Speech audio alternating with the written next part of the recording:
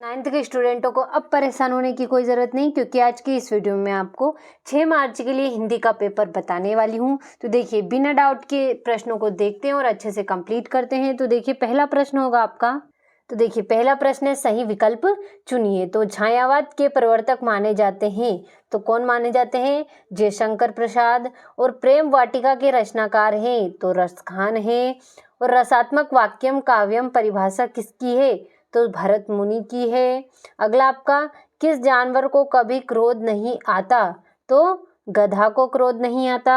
आगे आपका, माता पिता में समास है, तो कौन सा समास है? द्वंद्व समास है। और मृत्यु का तरल दूत कौन था? तो कौन था? तेज प्रवाह से आता बाढ़ का पानी मृत्यु का तरल दूत था। तो देखिए, इस तरीके से आपका पहला प्रश्न आंसर सही कंप्लीट हुआ। इस तरीके से दूसरा प्रश्न देख लेते हैं, जो कि है, रिक्त स्थानों की पूर्ति कीजिए। तो देखिए, सोने का घड़ा शराब से भरा हो तो सज्जन निंदा करेंगे। और महाकाव्य में जीवन का विस्तृत चित्रण होता है। सूर्य का तद्भव शब्द सूरज होगा। और हमारा कुकुर नहीं जाएगा तो हम भी नहीं जाएगा।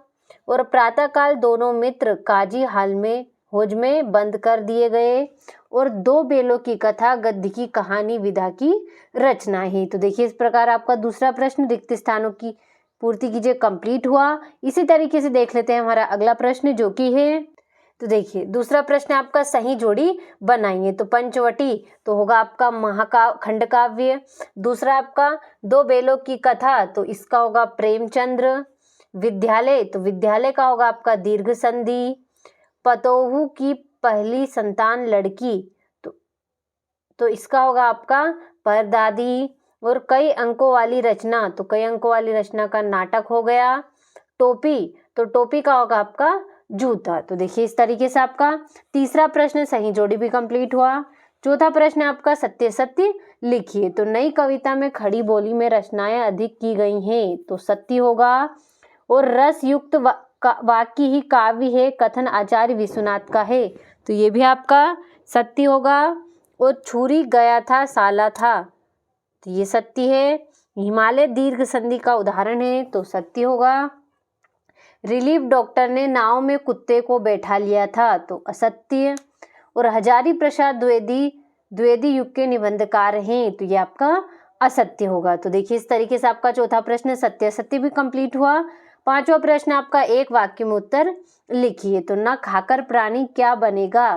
तो अहंकारी। नायक के वृहद जीवन का चित्रण किस काव्य में होता है? तो महाकाव्य में। और सांड को देखते ही कौन भयभीत हो गए? तो हीरा और मोती हो गए थे। और पंचामृत में कौन सा समास है? तो द्विगु समास।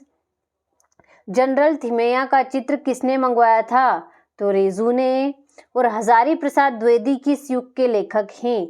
तो छायावाद के लेखक हैं। तो देखिए, इस तरीके से आपका जो पांचवा प्रश्न एक वाक्य में उत्तर भी कंप्लीट हुआ। अब देखते हैं हमारा छठा प्रश्न, जो कि है, भक्ति काल को हिंदी साहित्य का स्वर्ण युग क्यों कहते हैं?